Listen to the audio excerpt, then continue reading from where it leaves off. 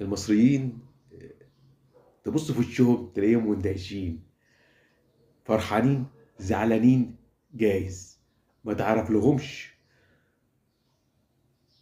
بطن من ظهر.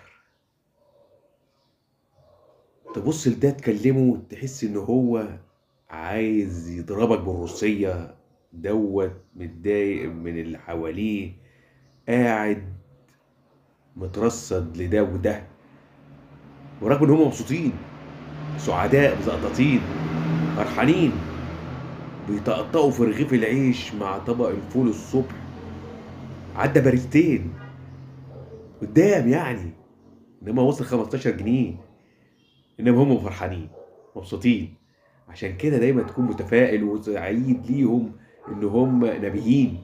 عشان كده هم دول المصريين. لوجيك سيك العربي العالمي احلى ضحكات بلا